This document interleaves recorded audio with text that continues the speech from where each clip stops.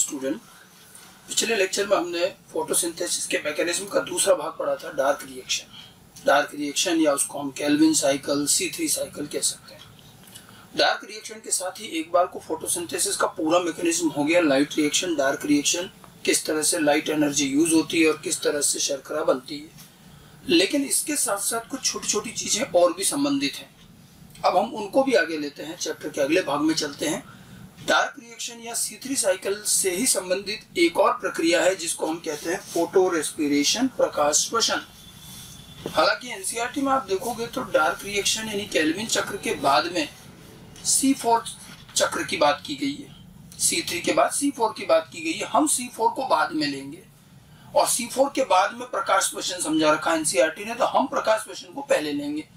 Actually हम प्रकाश श्वसन पहले समझेंगे तभी हमें यह समझ में आएगा कि C3 पौधों के बाद C4 चक्र की जरूरत क्यों पड़ी।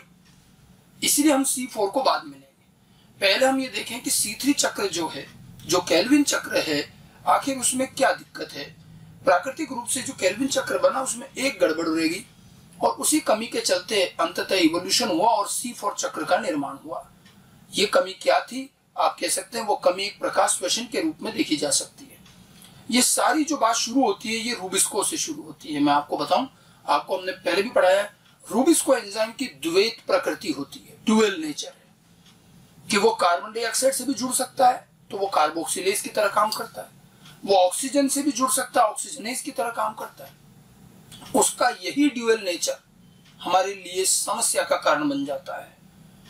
और जब कभी उसको, वैसे तो उसकी कार्बन डाइऑक्साइड से एफिनिटी ज्यादा है, फिर भी अगर उसको ऑक्सीजन ज्यादा मिले, उसके आसपास ऑक्सीजन की मात्रा बढ़ जाए तो वो ऑक्सीजनेज की तरह काम करता है।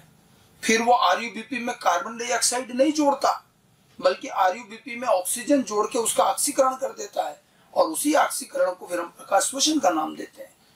ठीक है, देखिए जब तापमान बढ़ जाता है, जब प्रकाश बहुत उच्च होता है तो लाइट, प्रकाश ज्यादा मिल रहा है, प्रकाश तीव्रता ज्यादा है, तापमान ज्यादा है, ये जो परिस्थितियां होती हैं। अब आप सोचिए जब लाइट ज्यादा आ रही है तो लाइट रिएक्शन और फास्ट चलेगी और लाइट रिएक्शन और फास्ट चलेगी तो ऑक्सीजन भी ज्यादा बनेगी। ऑक्सीजन ज्यादा बनेगी तो हम तो अगर दूसरे संदर्भ में देखें तो लाइट रिएक्शन ज्यादा चलेगी तो एटीपी, NADPH2 भी खूब बनेंगे तो बढ़िया सा फोटोसिंथेसिस अच्छे से होगा। लेकिन समस्या क्या, हम ऑक्सीजन भी तो ज्यादा बनेगी और ऑक्सीजन ज्यादा बनी तो ऑक्सीजन की सांद्रता अगर रूबिस्को के आसपास बढ़ी तो समस्या शुरू होगी प्रकाश श्वसन की। और न चाहते हुए भी ये कार्य होने लगता है और ये कार्य एक तरह से हमारे पूरे प्रकाश संश्लेषण की क्षमता को कम कर देता है।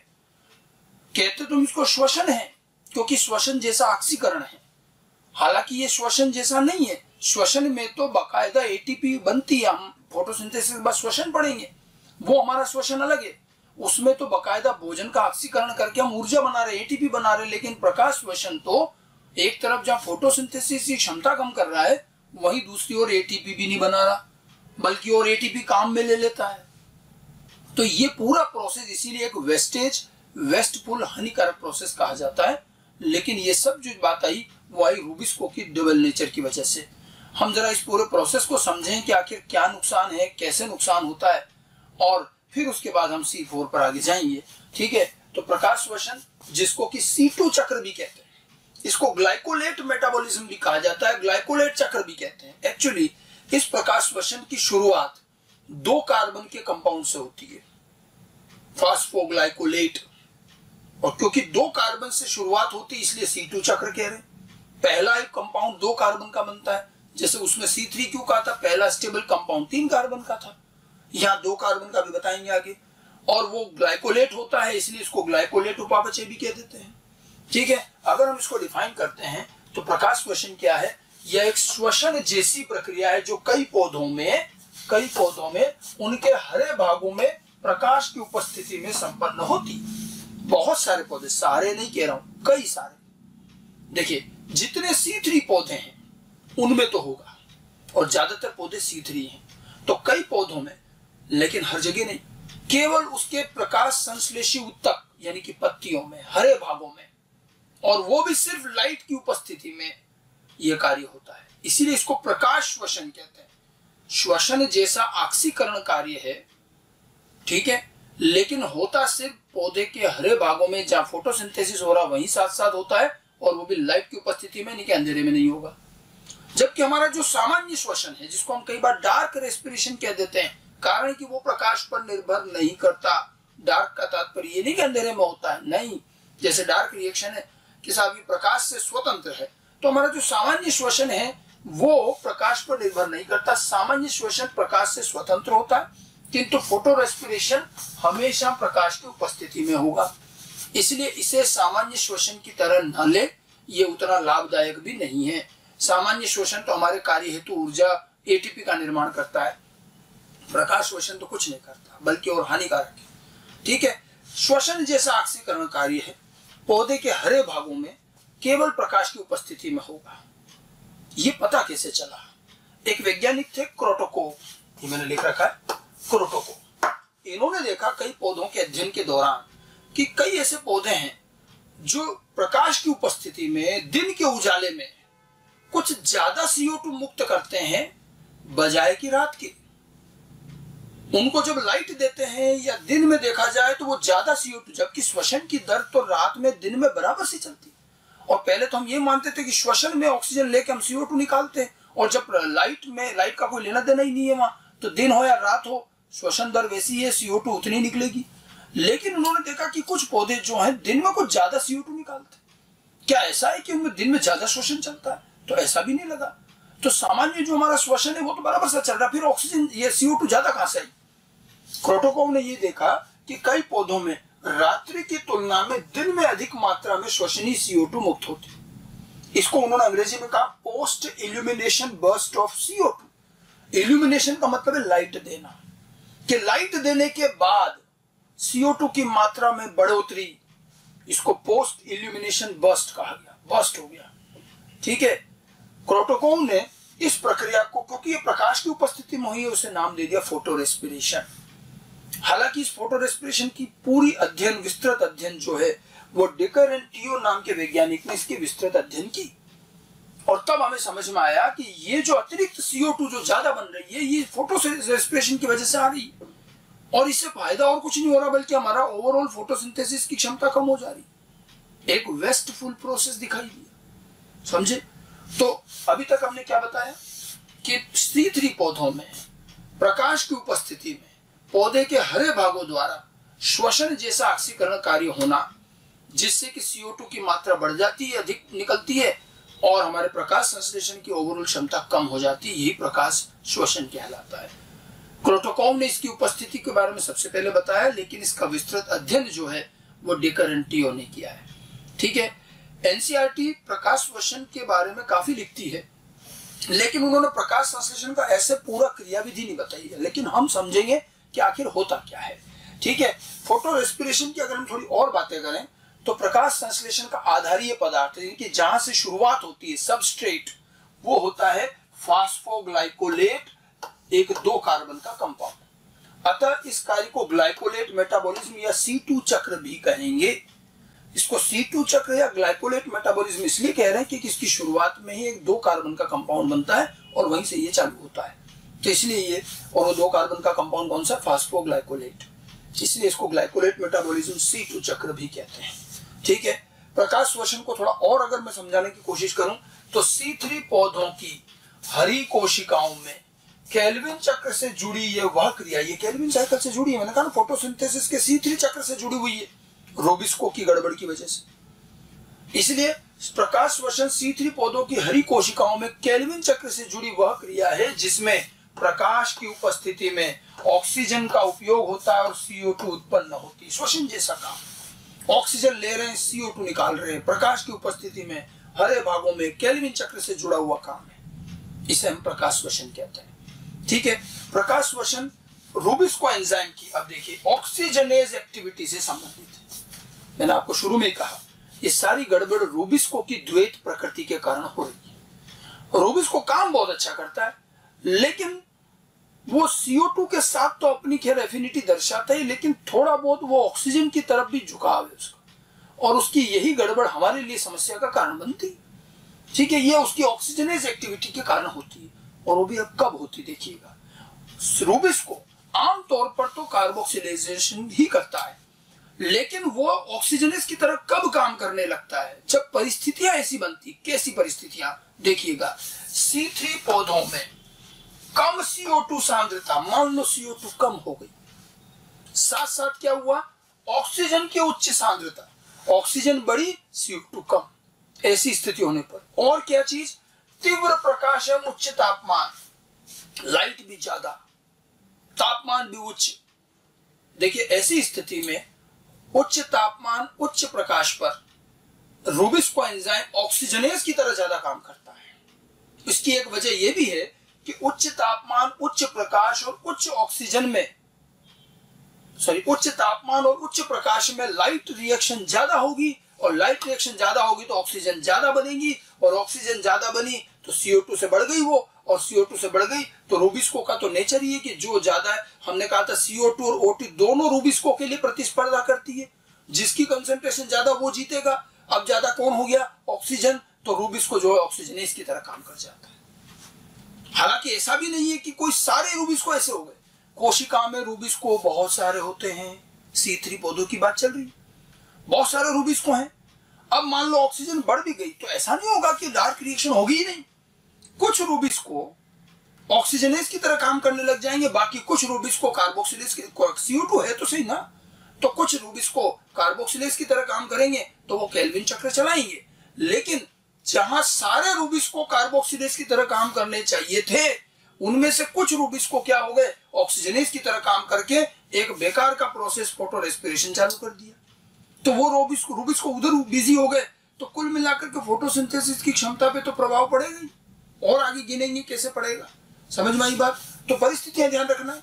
C3 पौधों में कम CO2, उच्च O2, तीव्र प्रकाश, उच्च तापमान, ये जो स्थितियां है इस पर रूबिस्को ऑक्सीजनेज के रूप में कार्य करता है। ठीक है, यहां ये ध्यान देने वाली बात है कि ऐसे में भी कोशिका में उपस्थित सारे रूबिस्को ऑक्सीजनेज की तरह काम नहीं करने लग जाते हैं। कुछ काम करते हैं रूबिस्को की तरह, और कुछ फिर भी कार्बोक्सिल, जितनी कार्बन डाइऑक्साइड लेंगे वो कार्बोक्सिल की तरह काम करेंगे। तो केल्विन चक्र बंद नहीं हो जाएगा, केल्विन चक्र चलेगा। लेकिन कुछ रूबिस्को जो ऑक्सीजनेज की तरह काम करने लगते हैं वो फोटो रेस्पिरेशन शुरू कर देते हैं, वो भटक जाते हैं। आई बात समझ में? ठीक है, प्रकाश शोषण में ATP का उत्पादन नहीं होता है, कोई फायदा नहीं, बल्कि और ATP का ये तो उपयोग करता है, और इसीलिए इसे एक वेस्टफुल प्रोसेस कहा जाता है, यह हानिकारक है, वेस्टेज। आगे बात समझ में? तो फोटोसिंथेसिस की कुछ फोटो रेस्पिरेशन की कुछ जरूरी चीजें और परिस्थितियां आपको ध्यान रखनी। देखिए, फोटो रेस्पिरेशन अकेला हरित लवक में पूरा नहीं हो रहा। अगर मैं इसकी पूरी चीज देखूं, हमें इसका पूरी कार्रवाई समझनी भी जरूरी। देखो, फोटो रेस्पिरेशन 3 कोशिकाओं में जाके पूरा होता है। ये एक और बड़ा इंपॉर्टेंट क्वेश्चन। प्रकाश श्वसन की क्रिया 3 कोशिकाओं में पूरी होती है, हरित लवक, पेरोक्सिसोम एंड माइटोकॉन्ड्रिया, और ये बिल्कुल बाकायदा चक्र के रूप में चलता है। मतलब शुरू कहां से होगा? क्लोरोप्लास्ट से, फिर उसके बाद जाएगा कुछ भाग इसका पेरोक्सिसोम में, फिर कुछ भाग माइटोकॉन्ड्रिया में, फिर वापस कुछ भाग पेरोक्सिसोम में, फिर वापस हरित लवक, घूम फिर के एंड वापस हरित लवक में। हरित लवक से पेरोक्सिसोम, पेरोक्सिसोम से माइटोकॉन्ड्रिया, माइटोकॉन्ड्रिया से पेरोक्सिसोम, पेरोक्सिसोम से हरित लवक। ऐसे पूरा इसका चक्र चलेगा। मैं अभी डायग्राम में बताऊंगा। 3 कोशिका काम है। अब होता क्या है, रूबिस्को अगर ऑक्सीजनेज की तरह काम करे तो दिक्कत कहां है? देखिए, इसको जरा तुलना करते हैं। केल्विन चक्र की बात कर रहे हैं, जो हमने पढ़ा भी है। एक मॉलिक्यूल रूबिस्को का और एक CO2, 5 कार्बन का RUBP, एक मॉलिक्यूल RUBP का 5 कार्बन शर्करा राइबोलोज बिसफॉस्फेट, और एक मॉलिक्यूल CO2। ये रूबिस्को जब कार्बोक्सिलेज की तरह काम करता है सामान्य स्थिति में, तो ये 2 मॉलिक्यूल PGA के बनाता है। सही बात है। 5 और 1 6 कार्बन, 3 कार्बन के 2 मॉलिक्यूल 6 कार्बन। इसीलिए हमने कहा था जब 6 RUBP 6 CO2 होंगे तो 12 PGA बनते हैं। ये तो केल्विन चक्र हो गया। आई बात समझ में? अब देखो क्या होता है। अगर मान लो CO2 कम और O2 ज्यादा हो गई, तो अब रूबिस्को से CO2 की जगह कौन जुड़ रहा है? O2। अब देखिए, वही RUBP, CO2 की जगह कौन आ गया? O2। तो ये रूबिस्को ऑक्सीजनेज की तरह काम। परिस्थितियां क्या? Low CO2, high O2, high temperature, high light. इन परिस्थितियों में ये ऑक्सीजनेज की तरह काम करेगा। अब इससे ऑक्सीजन जुड़ेगी, तो ऑक्सीजन जुड़ेगी तो कार्बन कितने? देखो, कार्बन अब RUBP के 5 ही तो हैं, ऑक्सीजन में कोई कार्बन थोड़ी, यहाँ तो CO2 का भी कार्बन था, तो 6 कार्बन थे, तो 3 के 2 बन गए। अब यहाँ तो कार्बन RUBP में है ही 5, तो ऑक्सीजन इसको 2 भागों में तोड़ देता, ऑक्सीकरण। कैसे? 3 कार्बन का तो PGA बनेगा, जैसे यहाँ बन रहा था वही बना, 1 मॉलिक्यूल। अब कितने कार्बन बच गए? 2, 5 तो हैं, तो 2 कार्बन का एक कंपाउंड बनता है फास्फोग्लाइकोलेट, ये 2 कार्बन का। मतलब यहां जहां 2 मॉलिक्यूल 3 कार्बन के बनते हैं, कुल 6 कार्बन, इस जगह ऑक्सीजनेज कार्य में 5 ही कार्बन होने की वजह से 1 मॉलिक्यूल 3 कार्बन का PGA वही वाला, और 1 मॉलिक्यूल बचे हुए 2 कार्बन कंपाउंड फास्फोग्लाइकोलेट। और ये जो PGA है ये तो भाई वापस केल्विन चक्र में चला जाएगा, केल्विन चक्र के साथ ही हो रहा है, ठीक है। लेकिन जो ये फास्फोग्लाइकोलेट बना, अब ये केल्विन चक्र में तो नहीं जा पाएगा, ये एक अलग प्रक्रिया चालू करता है, इसी को कहते हैं प्रकाशवर्षण। ये फोटो रेस्पिरेशन में काम है, यहां से शुरुआत होगी फोटो रेस्पिरेशन। तो ये काम हो तो हरित लवक में रहा है, थोड़ा सा हरित लवक में हुआ, फिर परोक्सिसोम में चला जाएगा, वहां से फिर माइटोकॉन्ड्रिया में, फिर घूम के परोक्सिसोम में, फिर हरित लवक में आ जाएगा। और बड़ा यूनिक प्रोसेस देखो, और लेना देना कुछ नहीं, बन कुछ नहीं रहा इससे। अब देखो, पहले तो आरंभिक बात समझ में आई कि अगर CO2 की जगह O2 जुड़ जाए RUBP से, तो 2 PGA बनने की जगह 1 PGA और 1 क्या बनेगा? फास्फोग्लाइकोलेट। और ये हमारा फोटो रेस्पिरेशन शुरू करेगा। अब मैं आपको तीनों कोशिकांगों में होने वाली इसकी क्रिया बताता हूं। आपको लगेगा कि साहब ये तो NCERT में तो है नहीं, आप इतना क्यों पढ़ा रहे हो? हमें बहुत छोटी सी बात है और मेन चीजें ध्यान रखनी है, ठीक है। इतना कोई मुश्किल काम नहीं, लेकिन प्रोसेस तभी पूरा समझ में आएगा, हमें समझ में छोटे छोटे जो क्वेश्चन बनते हैं वो मैकेनिज्म से ही आएंगे।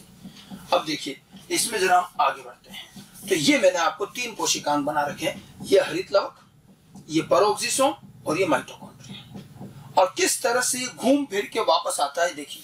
ये फोटो रेस्पिरेशन की क्रियाविधि को मैं डायग्राम से समझाने की कोशिश कर रहा हूं, और एक एक स्टेप को जरा देखिएगा। शुरुआत कहां से होगी? तो शुरुआत ही होगी RUBP से, ठीक है। शुरुआत जो है ये RUBP से होनी है, यहां से। RUBP वैसे तो क्या करता? CO2 को लेकर के रूबिस्को की उपस्थिति में 2 PGA बनाता, अभी बताया था। अब लेकिन CO2 कम और O2 ज्यादा है, तो RUBP ऑक्सीजन, ये देखो यहाँ ऑक्सीजन लिख रखा, ये ऑक्सीजन की उपस्थिति में रूबिस्को एंजाइम ही है, बट ऑक्सीजनेज की तरह काम करेगा। और एक तो PGA बनाया इसने 3 कार्बन का, और एक फास्फोग्लाइकोलेट बनाया 2 कार्बन का। जो मैंने ये शुरुआती अभिक्रिया लिखी थी, यहीं से शुरुआत होती है, वही मैंने वापस यहां लिखी हरित लवक में। अगर ये सामान्य तौर पर CO2 से जुड़ता तो 2 PGA बनते और PGA केल्विन चक्र में आ जाते। देखो, फिर भी 1 PGA बना तो ये तो आ रहा केल्विन चक्र में, लेकिन ये केल्विन चक्र में नहीं आ पाएगा। अब इसका क्या होगा और कैसे प्रकाश शोषण चलेगा वो देखिए। ये 2 कार्बन का कंपाउंड फास्फोग्लाइकोलेट तुरंत ही एक अपना जो इनऑर्गेनिक फास्फेट मुक्त करके ग्लाइकोलेट में बदल जाता है, कार्बन 2 ही रहेंगे। ये भी काम क्लोरोप्लास्ट में हाथों हाथ ही होता है, इसलिए हम मानते हैं कि ग्लाइकोलेट मेटाबॉलिज्म इसीलिए करेगा, अल्टीमेटली वो ग्लाइकोलेट ही बन जाता तुरंत। यहाँ एंजाइम भी काम आते हैं, अपन वो नहीं ध्यान रखे तो भी चलेगा, ठीक है। तो ये बना ग्लाइकोलेट। ग्लाइकोलेट हरित लवक से परोक्सिसोम में भेज दिया जाता है। ये आ गया कहां पर? परोक्सिसोम में। परोक्सिसोम एक कोशिकांग है, आपको सेल में पढ़ाया जाता है, जो परऑक्साइड उपापचय से संबंधित है। परोक्सिसोम में ऑर्गेनिक एसिड का ऑक्सीकरण होता है, और उन्हें जो है उनके साथ एक उप उत्पाद हाइड्रोजन परऑक्साइड भी बनता है। तो परऑक्साइड निर्माण भी होता है ऑक्सीडेशन से, और बाद में ये परऑक्साइड का अपचयन भी करके खत्म कर देते हैं, ठीक है। परोक्सिसोम नाम ही से ले दिया है। यहाँ क्या हुआ? ये ग्लाइकोलेट, ये क्या सॉल्ट फॉर्म में लिखे जाते हैं, वैसे ये ग्लाइकोलिक एसिड है जो ग्लाइकोलेट बोला जा रहा है, ठीक है। ये आ गया परोक्सिसोम में, इसका यहाँ पर हुआ ऑक्सीडेशन। तो ग्लाइकोलेट ऑक्सीडेज नाम का एंजाइम है। और देखिए यहाँ ऑक्सीजन एक और काम है, एक ऑक्सीजन कहाँ लगी?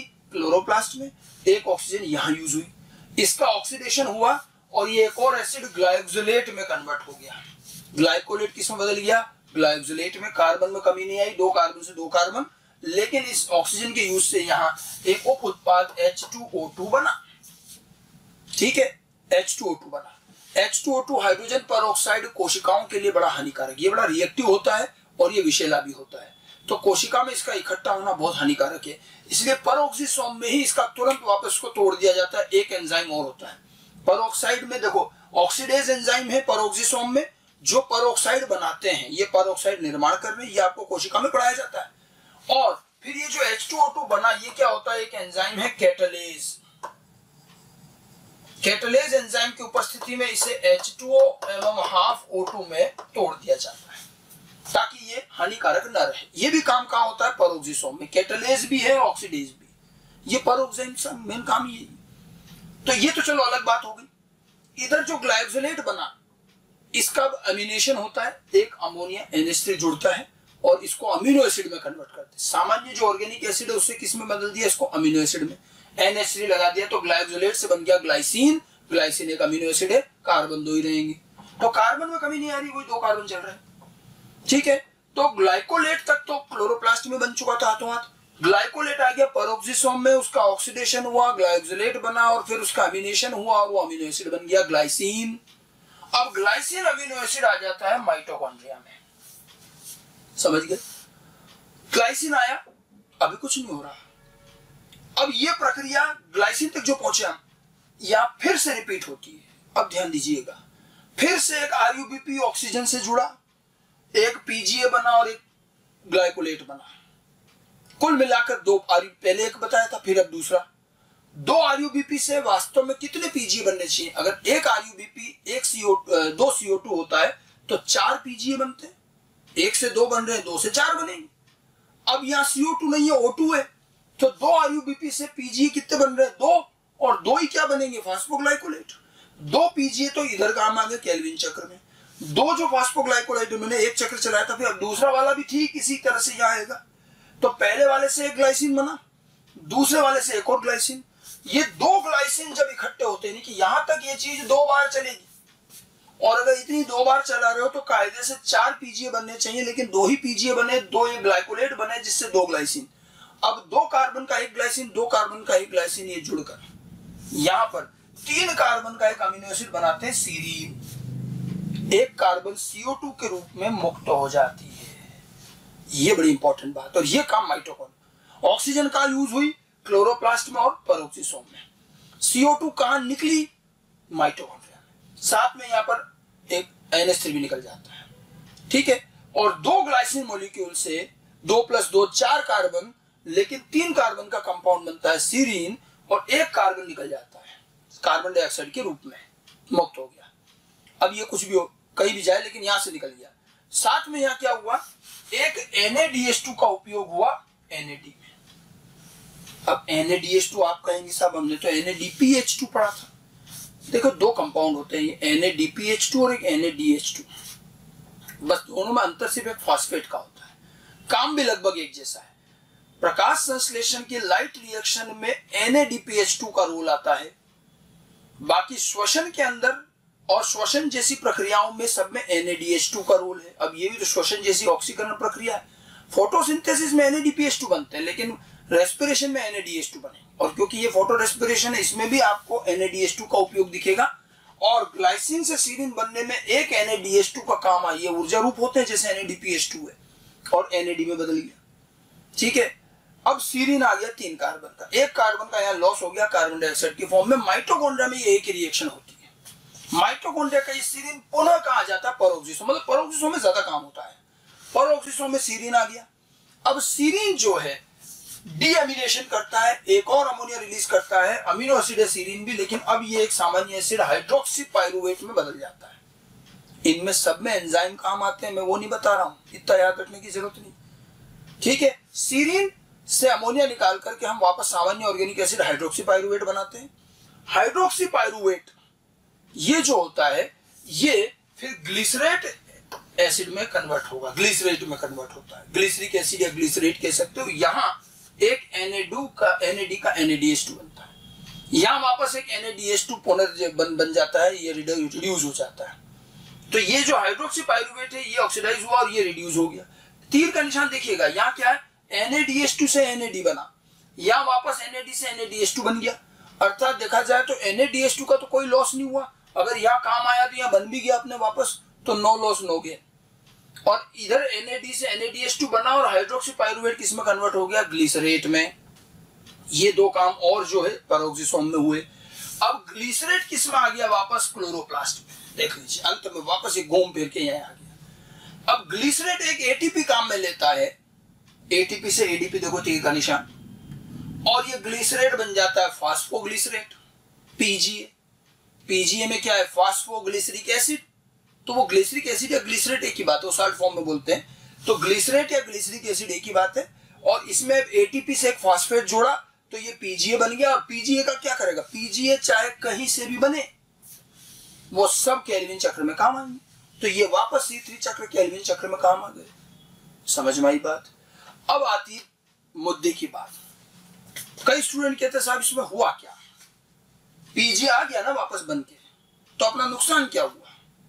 हुआ कुछ नुकसान, इतना घूम फिर के आए 3-3 कोशिकांगों से, लेकिन अंततः पीजीए बन तो गया, तो ठीक है ना, क्यों परेशान हो रहे हैं? जी नहीं भाई साहब, ध्यान से देखिए। कैसे, क्या ध्यान से देखे? मैंने क्या कहा था, ये यहां से यहां तक 2 बार चलेगा। 2 ग्लाइसिन जोड़े ना अपन। अब आप देखो 2 आरयूबीपी चलाएंगे, 2 आरयूबीपी से हमारे हिसाब से कायदे से 4 पीजीए बनने चाहिए। बने कितने? 2 पीजीए बने, और 2 तो क्या बने, फास्फोग्लाइकोलेट बने। 2 फास्फोग्लाइकोलेट से 2 ग्लाइकोलेट, 2 ग्लाइकोलेट से 2 ग्लाइकोलेट, 2 ग्लाइकोलेट से 2 ग्लाइसिन, और 2 ग्लाइसिन से 1 सीरीन। ध्यान देना, 1 CO2 निकला। 2 ग्लाइसिन से 1 सीरीन, 1 सीरीन से 1 हाइड्रोक्सीपाइरुवेट, 1 हाइड्रोक्सीपाइरुवेट से 1 ग्लिसरेट, 1 ग्लिसरेट से 1 पीजीए, अर्थात 1 पीजीए और आ गया। 2 यहां से आ गए थे पहले, कितने पीजी हो गए, 3। कितने आरयूबीपी यूज हुए, 2 आरयूबीपी से 4 पीजीए केल्विन चक्र में जाते हैं। अब यहाँ 2 आरयूबीपी से कितने पीजीए, 2 तो पहले आ गए, और 1 घूम के 1 और मिल गया, 3। 1 का तो नुकसान हो गया ना, और वो CO2 के रूप में निकला। यहां देख लो 2 और 2 4 कार्बन ग्लाइसिन के, सीरीन में कितने, 3 कार्बन, 4 कार्बन से 3 कार्बन, 1 कार्बन की हानि हो गई ना। कैसे भी देख लो 25% का लॉस दिखेगा। 4 कार्बन थे, 3 आ गए, 1 को निकाल दिया, 25% यहां दिख रहा है। या फिर 4 पीजीए बनने थे, 2 तो पहले ही बन गए, घूम फिर के 2 फास्फोग्लाइकोलिक एसिड से भी 1 पीजीए बन गया, तो 1 पीजीए का नुकसान। 4 में 1 का नुकसान है, तो वही 25%, इसलिए नुकसान है। तो एक तो पीजीए कम हो गया है, दूसरा एटीपी का इस्तेमाल। चलो NaDH2 तो फिर से उपयोग भी हुआ और बन गया, न देखे कुछ नहीं हुआ, लेकिन एक एटीपी भी तो एक्स्ट्रा लग गया। मतलब इसने एटीपी बनाया तो नहीं, बल्कि खा और लिया, और एक पीजीए भी कम हो गया, और एक CO2 निकल गई। तो इसीलिए ओवरऑल फोटोसिंथेसिस में कमी आएगी कि एक निर्धारित समय में जितना आरयूबीपी कार्बन डाइऑक्साइड से जुड़कर और जितनी शर्करा बनाता, अब थोड़ी कम बनाएगा, क्योंकि कुछ तो ये इधर ही बिजी होकर 1 CO2 और निकाल दी वापस। अपन बड़ी मुश्किल से तो CO2 फिक्स कर रहे हैं, ये निकाल दी, इसीलिए यह हानिकारक प्रोसेस होता है। समझ में आई बात। क्या ध्यान देने वाली बात है, ऑक्सीजन कहाँ यूज हुई, क्लोरोप्लास्ट में और पेरोक्सिसोम में। ठीक है, पेरोक्सिसोम में बहुत सारा काम हो रहा है, बीच में यहाँ अमीनो एसिड भी बन गए, H2O2 बना जो बहुत रिएक्टिव है, कैटलिस्ट जिसको वापस तोड़ के समाप्त करता है। फिर ग्लाइसिन तक का ये कार्य 2 बार चलेगा। फिर 2 ग्लाइसिन से 3 कार्बन का सीरीन, ये भी अमीनो एसिड है, 1 अमीनो एसिड से दूसरे अमीनो एसिड में बदलाव, और सीरीन से फिर हाइड्रोक्सीपाइरुवेट, ग्लिसरेट और एक एटीपी का उपयोग, जिससे पीजीए बनेगा। समझ में आ गई बात। ठीक है, तो ऑक्सीजन कहाँ मुक्त हुई, ऑक्सीजन का उपयोग कहाँ हुआ, मैं अगर लिखना चाहूं ऑक्सीजन का उपयोग इसमें फोटो रेस्पिरेशन में कहाँ हुआ, तो क्लोरोप्लास्ट में और पेरोक्सिसोम में। क्लोरोप्लास्ट और पेरोक्सिसोम में ऑक्सीजन का उपयोग हुआ। CO2 मुक्त कहां हुई, CO2 मुक्त कहां होगी, माइटोकॉन्ड्रिया में। अच्छा, अब ये बात आती है साहब ये CO2 का क्या होगा, CO2 का कुछ भी करिए, और वैसे क्योंकि फोटोसिंथेसिस साथ साथ चल ही रहा है, वो तो हो ही रहा है ना, ये CO2 पुनः वापस काम आ सकती है। लेकिन इस CO2 को वापस केल्विन चक्र में फिक्स करने के लिए फिर से आपको वो लाइट रिएक्शन के ATP NADPH2 तो काम में वो तो लेना ही पड़ेगा, तो वो मेहनत तो पूरी रहेगी। ये CO2 जो यहाँ निकली ये वापस केल्विन चक्र में काम आ जाती है, लेकिन ये वही लाइट रिएक्शन के ATP NADPH2 काम में लेगी, वो वही जो प्रक्रिया उसी से होगी। लेकिन ये एक बेवजह का काम आ गया। 2 RUBP से जहां 4 PGA बनने थे, ऑक्सीजनेज एक्टिविटी की वजह से प्रकाश श्वसन की वजह से 4 की बजाय 3 पीजीए तो जैसे तैसे हमें मिल गए, एक कम मिला। ठीक है, 4 कार्बन ग्लाइसिन के 3 कार्बन सीरीन बना करके 1 कार्बन का लॉस कर देते हैं, कुल मिलाकर 25% का लॉस। समझ में आई बात? ये पूरा प्रोसेस है, कोई बहुत मुश्किल काम नहीं है। आरयूबीपी से पीजीए और फास्फोग्लाइकोलेट बना, फास्फोग्लाइकोलेट से ग्लाइकोलेट बना, हरित लवक में इतना काम हुआ। ग्लाइकोलेट आ गया परऑक्सीसोम में, ग्लाइकोलेट से फिर ऑक्सीडेशन होकर ग्लाइकोलेट बना और यहाँ H2O2 बना।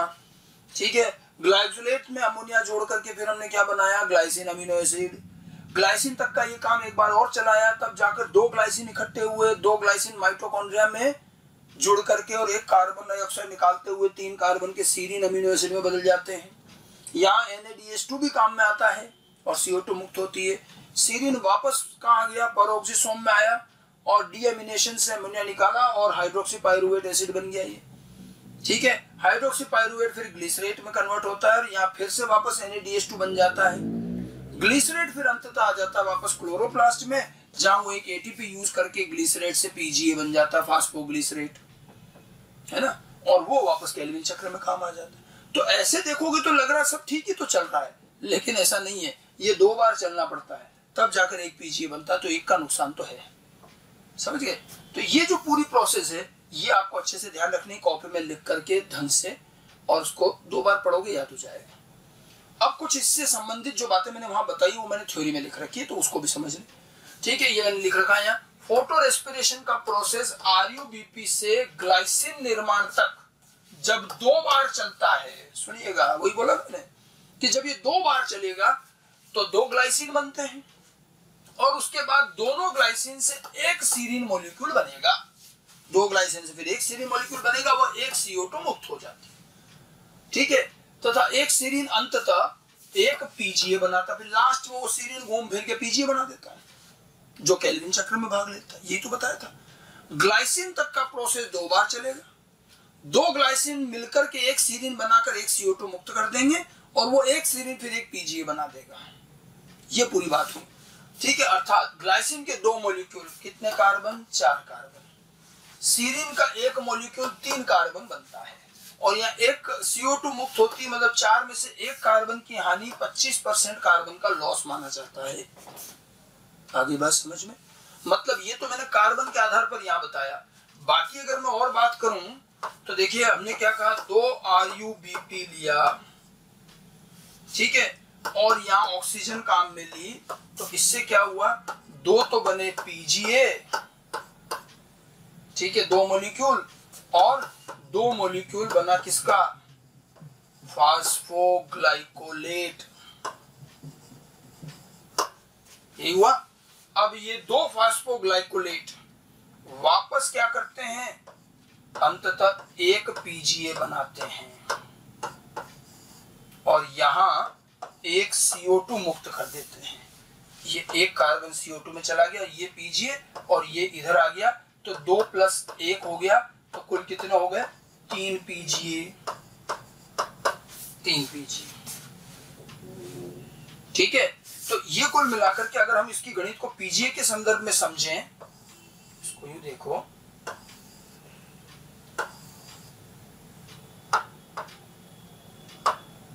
दो PGA और ये एक PGA, ये हो गया 3 PGA और ये 3 PGA कहाँ जाएंगे, केल्विन चक्र में, ये केल्विन चक्र में चले जाएंगे। तो अब आप कहेंगे कि साहब इसमें लॉस क्या हुआ कि 2 RUBP से, अगर सामान्य स्थिति की बात करें तो 2 RUBP और 2 ये CO2 अगर आप लेते हैं कार्बोक्सिलेज में CO2, तो कितने, 4 PGA बनते हैं। कितने बनेंगे, 4 PGA जो केल्विन चक्र में जाते हैं, और अगर आप O2 के साथ जोड़ेंगे तो 3 PGA बन के आ रहे हैं। तो आपको यहाँ नुकसान समझ में आना चाहिए। ठीक है, RUBP अगर ऑक्सीजन के साथ जुड़ेंगे, 2 ऑक्सीजन जो भी मानिए, तो 2 PGA और 2 फास्फोग्लाइकोलेट बनेगा। जो पूरे ये जो पूरा प्रोसेस हुआ, ये हुआ फोटो रेस्पिरेशन, और फोटो रेस्पिरेशन के पूरे प्रोसेस के बाद रास्ते में एक CO2 मुक्त हुई और एक PGA वापस आ गया, तो तो कुल मिलाकर 3 पीजीए बने और ये 3 पीजीए केल्विन चक्र में आएंगे अगर ये ऑक्सीजन के साथ चलता है। तो अगर ये कार्बन डाइऑक्साइड के साथ लेगा तो कुछ भी नहीं है, 4 पीजीए और 4 पीजीए केल्विन। तो यहाँ तो 4 पीजीए बनते हैं, यहाँ 3 पीजीए, एक का लॉस वही 25%। समझे? ये पूरा प्रोसेस रहता है फोटो रेस्पिरेशन की वजह से होने वाली दिक्कत का। और ये सब क्यों हुआ? अगर कोई पूछा आखिर ये पूरी गड़बड़ हुई क्यों, तो ये गड़बड़ हो रही है रूबिस्को की वजह से। यहाँ रूबिस्को की इस द्वैत प्रकृति की वजह से समस्या है। ठीक है, अब कोई कहता है कि भाई ये इतना ही बेकार है तो अब तक हट क्यों नहीं गया? प्रकृति में ऐसी चीजें हटती नहीं। प्रकृति में गलती हुई तो प्रकृति उसको सुधारती है, इवोल्यूशन होता है, कुछ नई चीज बनती है। और वही नई चीज है C4 चक्र, जहां इस चीज को दूर किया गया है। तो C4 चक्र इसीलिए हम बाद में पढ़ते हैं। कोई ये भी पूछता है सब इस पूरे में सब नुकसान ही है या कुछ फायदा भी दिखा? तो अगर थोड़ा ध्यान से देखें तो कुछ फायदा है। एक छोटा सा फायदा नजर भी आया, आगे बताता हूँ। अभी आगे देखिए, इसमें बाकी जो चीजें मैंने लिखी है वो मैं आपको ऑलरेडी बता चुका हूँ कि पेरोक्सिसोम में बनने वाला H2O2 काफी रिएक्टिव होता है और सेल के लिए हानिकारक होता है, विषैला होता है। तो इसे कैटालेज एंजाइम द्वारा H2O और O2 में तोड़ दिया जाता है। ये जो मैंने आपको वहीं बता दिया। आगे बात समझ में। फोटो रेस्पिरेशन में उत्पन्न हुई CO2 केल्विन चक्र में वापस काम आ जाती है, लेकिन उसके लिए वही ATP NADPH2 लाइट रिएक्शन की चीजों की जरूरत पड़ेगी, काम आ जाती है, वापस काम में ले सकते हैं, ऐसा कुछ नहीं। ठीक है, अब प्रकाश श्वसन में आप और देखिए क्या हुआ। ये सब चीजें मैं ऑलरेडी बता चुका हूं। प्रकाश श्वसन होना C3 पौधों की प्रॉपर्टी, प्रकाश श्वसन C3 पौधों की प्रॉपर्टी है। और इनमें और अच्छा C3 पौधों में ही क्यों हो रहा है, अब इसका कारण देखिए। क्यों? क्योंकि इनमें एक ही सेल, वो पत्तियों की जो मीजोफिल पर्ण मध्योतक, एक ही पत्ती की कोशिका में लाइट रिएक्शन भी हो रही है, डार्क एक ही सेल में हो रही है। अभी तक हम ये तो पढ़ रहे हैं। अब यहाँ क्या हो रहा है, C3 पौधों में पत्तियों की पर्ण मध्योतक कोशिका में, एक ही कोशिका में, या यूं कहे प्रत्येक कोशिका में लाइट रिएक्शन डार्क रिएक्शन दोनों साथ होती है, एक ही सेल में हो रही है। इसमें लाइट रिएक्शन डार्क रिएक्शन दोनों एक साथ होती है। अब आप देखो क्या हुआ, जब ज्यादा लाइट आती है, तापमान भी उच्च है, लाइट ज्यादा है, तो लाइट रिएक्शन ज्यादा चलेगी। लाइट रिएक्शन ज्यादा चलेगी तो ऑक्सीजन ज्यादा बनेगी। ऑक्सीजन ज्यादा बनेगी तो क्या नुकसान हुआ? एक तरफ तो रूबिस्को ऑक्सीजनेज की तरह काम करेगा। ठीक है, अगर ये अब आप अभी तक तो कह रहे हो साहब बुराई कर रहे हो कि ऑक्सीजनेज हो गया, हमारा नुकसान हो गया। अगर ये रूबिस्को ऑक्सीजनेज की तरह काम नहीं करता तो क्या होता? तो ये जो ज्यादा ऑक्सीजन निकली उससे कुछ नुकसान हो सकता था। अब मैं आपको फोटो रेस्पिरेशन का एक छोटा सा फायदा बता रहा हूं। अगर ये रूबिस्को इस ऑक्सीजन को नहीं लेता तो क्या होता? रूबिस्को अगर इस ऑक्सीजन को नहीं लेता ना, तो ये ऑक्सीजन इतनी ज्यादा थी कि ये आपके जो वो हरित पर्णहरित जो पिगमेंट है, क्लोरोफिल, उसका फोटो ऑक्सीडेशन कर देता। ज्यादा लाइट और ज्यादा ऑक्सीजन में फोटोसिंथेटिक पिगमेंट जो है हमारे, उनका फोटो ऑक्सीडेशन हो जाता। तो एक तरह से इस ऑक्सीजन को रूबिस्को ने ग्रहण करके आपके पिगमेंट का फोटो ऑक्सीडेशन बचा लिया। तो एक छोटा सा फायदा ही सही, ये तो मान ही सकते हैं। ठीक है, तो यहां पर एक ही सेल में दोनों रिएक्शन होती है। तीव्र प्रकाश होने पर लाइट रिएक्शन अधिक होगी, अधिक ATP, अधिक NADPH2, अधिक O2 बनाएगी। यह अधिक O2 रूबिस्को को ऑक्सीजनेज की तरह एक्टिविटी के लिए प्रेरित करेगी और प्रकाश श्वसन होने लगेगा। पहले तो ये समझ में आई बात। अब यहाँ गड़बड़ क्या है, एक ही सेल में दोनों काम हो रहे हैं, तो वहीं का वही लाइट रिएक्शन। अब ज्यादा लाइट आई तो लाइट रिएक्शन बढ़ गई, तो ऑक्सीजन ज्यादा आ गई, ATP NADPH2 भी ज्यादा बनेंगे, अच्छी बात है, लेकिन ऑक्सीजन भी ज्यादा हो गई। अब ऑक्सीजन ज्यादा हुई, वहीं पर स्ट्रोमा में रूबिस्को बेचारा, तो उसके तो क्या हुआ, ऑक्सीजन ज्यादा होते रूबिस्को की ऑक्सीजनेज एक्टिविटी ऑन हो गई और वो फोटो रेस्पिरेशन शुरू। तो एक तरफ तो क्या हुआ, ज्यादा ऑक्सीजन होने से रूबिस्को ऑक्सीजनेज एक्टिविटी करने लग जाता है। अब मैंने इसी का फायदा आगे आपको जोड़ के बताया। आगे देखिए कि उच्च प्रकाश तीव्रता पर प्रकाश श्वसन आरंभ होने से बनी अधिक ऑक्सीजन का उपयोग हो जाता है। इसका फायदा यह है कि वर्णकों का फोटो ऑक्सीडेशन नहीं होगा। अब ये ज्यादा ऑक्सीजन बनी, ऑक्सीजनेज की तरह काम हो, तो वहां ऑक्सीजन काम आ गई ना, तो इसका फायदा ये हुआ कि ये ऑक्सीजन अगर काम नहीं आती तो वर्णकों का फोटो ऑक्सीडेशन कर देती। इसीलिए कहते हैं कि साहब फोटो रेस्पिरेशन वैसे तो एक वेस्टफुल प्रोसेस है, इसका नुकसान यही है कि फोटोसिंथेसिस की क्षमता में कमी आएगी, 25% लॉस है। ये 25% कैसे गिना वो मैंने 2 बार बता दिया, आपको ध्यान रखना है। ओके, अब फायदा क्या है? हालांकि ये बहुत बड़ा फायदा नहीं माना जाता, इसलिए कई बार इसको गिनवाते ही नहीं है। फायदा आप ये कह सकते हो कि वर्णकों के फोटो ऑक्सीडेशन में कमी आ जाएगी। ये जो अतिरिक्त बनी हुई ऑक्सीजन है ये रूबिस को ग्रहण कर लेता है तो फोटो ऑक्सीडेशन की संभावना कम हो जाती है, ये फायदा गिन सकते हो। बाकी रूबिस्को के ऑक्सीजनेज हो जाने की वजह से नुकसान बड़ा है, फोटोसिंथेसिस की क्षमता में कमी आ जाती है। ठीक है, कोई आपसे वैसे फायदे पर कभी कभार ही पूछा जाएगा, न भी पूछा जाए तो फायदे पर कोई पूछ ले तो ध्यान रखना कि सब फोटो ऑक्सीडेशन बचाएगा, बाकी ज्यादातर नुकसान की बात की जाती है। एआईपीएम ये नीट में क्वेश्चन आया 2020 में कि फोटो रेस्पिरेशन से क्या बना उत्पाद। अब उसमें आधा अधूरा दिया क्वेश्चन, आप देखना उसको। तो फोटो रेस्पिरेशन से क्या बना, पहला उत्पाद जो था फोटो रेस्पिरेशन में, एक 3 कार्बन का कंपाउंड पीजीए और एक 2 कार्बन का कंपाउंड फास्फोग्लाइकोलिक एसिड या फास्फोग्लाइकोलेट। क्वेश्चन में फास्फोग्लाइकोलेट था ही नहीं, पूछा गया फोटो रेस्पिरेशन से एक आरयूबीपी से क्या बना, आंसर हमें करना पड़ा एक पीजीए, एक 3 कार्बन का कंपाउंड। अंडरस्टूड था कि एक 3 कार्बन का बनेगा तो दूसरा कितना बनेगा, 2 कार्बन का। 2 3 कार्बन वाले तो बन ही नहीं सकते, वो तो CO2 के साथ बने। क्वेश्चन एक आया हुआ है, ठीक है, ये आपको ध्यान रखना है। ठीक, अंत निष्कर्ष की अगर हम बात कर ले तो फोटो रेस्पिरेशन कब होता है, ये परिस्थितियों पर क्वेश्चन आएगा, तो ये परिस्थिति आपको ध्यान रखनी है। वैसे मैंने आगे भी लिखी है, उच्च O2 निम्न CO2, ज्यादा ऑक्सीजन कम CO2, तापमान उच्च प्रकाश भी ज्यादा, ऐसी स्थितियों में फोटो रेस्पिरेशन प्रेरित होता है। अब वैसे ज्यादा प्रकाश तीव्रता होगी तो ज्यादा लाइट रिएक्शन, ज्यादा ऑक्सीजन बनेगी, तो यही आ गया ना वापस, सॉरी ऑक्सीजन ज्यादा होगी, तो ऐसे में फोटो रेस्पिरेशन होगा। फोटो रेस्पिरेशन होने से हमारे प्रकाश संश्लेषण की ओवरऑल क्षमता में कमी आ जाती है। हालांकि इससे बस ये है कि बनी हुई ऑक्सीजन का उपयोग थोड़ा हो जाता है तो फोटो ऑक्सीडेशन की संभावना कम हो जाती है। प्रकृति ने देखा कि भाई रूबिस्को पर निर्भर रहने से ये दिक्कत है कि रूबिस्को की द्वैत प्रकृति है। अब देखो यहाँ 2 चीजों पर गौर करना, एक ही कोशिका में लाइट रिएक्शन डार्क रिएक्शन दोनों करवाने का ये नुकसान है कि जो वो ऑक्सीजन बनती है उससे रूबिस्को ऑक्सीजनेज की तरह काम कर जाता है। ठीक है, और दूसरा रूबिस्को को पहला एंजाइम कार्बोक्सिलेशन का एंजाइम रखने का नुकसान है कि उसकी द्वैत प्रकृति है।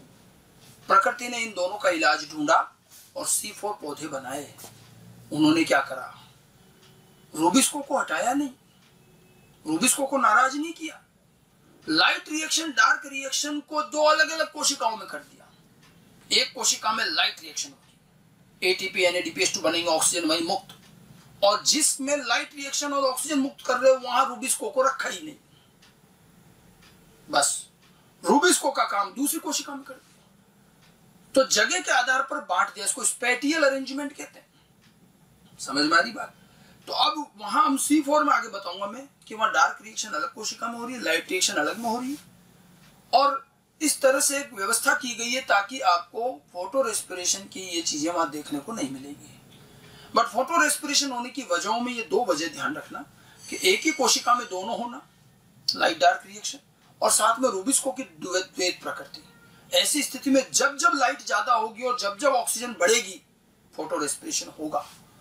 इसको रोकने का तरीका फिर C4 पौधों का विकास हुआ, उस पर हम अब C4 चक्र में बाद में बात करेंगे। समझ में आई बात। इसीलिए मैंने C3 के बाद पहले फोटो रेस्पिरेशन बताया कि C3 पौधों में कमी क्या है। कमी ये है, दूर कैसे करा गया वो C4 में देखेंगे, इसलिए अब हम C4 पर जाएंगे बाद में। ठीक है, NCERT में थोड़ा सा NCERT को भी देख ले। वैसे मैंने लाइट रिएक्शन तक तो आपको NCERT थोड़ी सी खोल के बताई भी थी, और अगर हम यहाँ NCERT की बात कर लें तो देखो लाइट रिएक्शन तक तो ये सारी चीजें हो ही गई थी। फिर से देख लो भले, ये पूरा डार्क रिएक्शन का भाग है। ये देखो, ये लाइट रिएक्शन पेज संख्या 214, थोड़ी सी बड़ी कर लेते हैं इसको। देखो ये लाइट रिएक्शन का केमियोस्मोसिस बताया था। ये देखो ATP तथा NADPH कहाँ उपयोग होते हैं, यहाँ से शुरू होती है डार्क रिएक्शन, जो केल्विन चक्र आपको पहले बताया था। और ये पूरा आप आराम से पढ़िए, बहुत सिंपल भाषा में लिखा, दिक्कत नहीं है, मेरे को लाइन लाइन पढ़ने की जरूरत नहीं है, मैं आपको जगह बता रहा हूँ। ये अब यहाँ पर जैव संश्लेषण चरण है, मतलब वही बायोसिंथेटिक फेज डार्क रिएक्शन, और ये सारा उस अप्रकाशीय अभिक्रिया के बारे में बता रहा है कि किस तरह से केल्विन चक्र 3 फॉस्फोग्लिसरिक एसिड बना पहला उत्पाद, और यहाँ थोड़ा सा उन्होंने C4 की बात भी की है, उसको हम बाद में भी पढ़ेंगे तो वहां समझ में आएगा C4 की बात। ठीक है, CO2 ग्राही के प्राथमिक ग्राही, वही यहाँ पर प्राथमिक ग्राही IUBP है। यहाँ एक चीज ध्यान रखिएगा, काफी समय तक मैंने कहा भी था, केल्विन और बेंसन ये मानते रहे कि CO2 को ग्रहण करने वाला पहला उत्पाद 2 कार्बन कंपाउंड होना चाहिए, क्योंकि पहला स्टेबल प्रोडक्ट क्या बन रहा है, 3 कार्बन कंपाउंड। 3 कार्बन में एक CO2 से आ रहा है तो 2 कार्बन चाहिए, लेकिन काफी समय बाद तक भी उनको 2 कार्बन का कोई कंपाउंड नहीं मिला। अंततः उनको हर बार मिलता RUBP था 5 कार्बन का।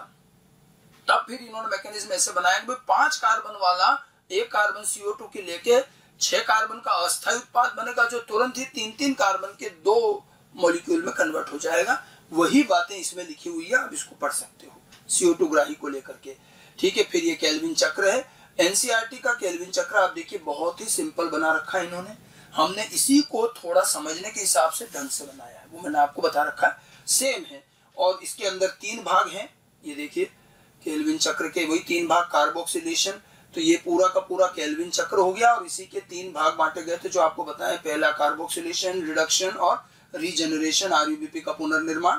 और ये देखिए कि 6 CO2 अंदर आई, 18 ATP आए, 12 NADPH2 आए और बाहर क्या निकला, एक ग्लूकोज निकला, 12 ADP, 18 ATP से 18 ADP और 12 NADP, ये पूरा उपयोग है। उसके बाद देखो C4 पाथवे आ जाता है। अब अपन ने C4 पाथवे को अभी नहीं पढ़ा है, इसको मैं अब इसके आगे बताऊंगा।